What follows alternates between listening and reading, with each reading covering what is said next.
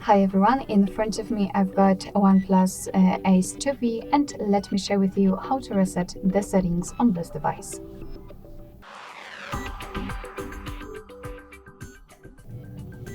So first of all, let's enter the settings, and here we have to scroll down to the very bottom to find additional settings. Now let's scroll down again to find backup and reset option and tap on reset phone. As you can see right here, we've got the option we're looking for, so let's tap on it, and of course we have to confirm it with our screen lock.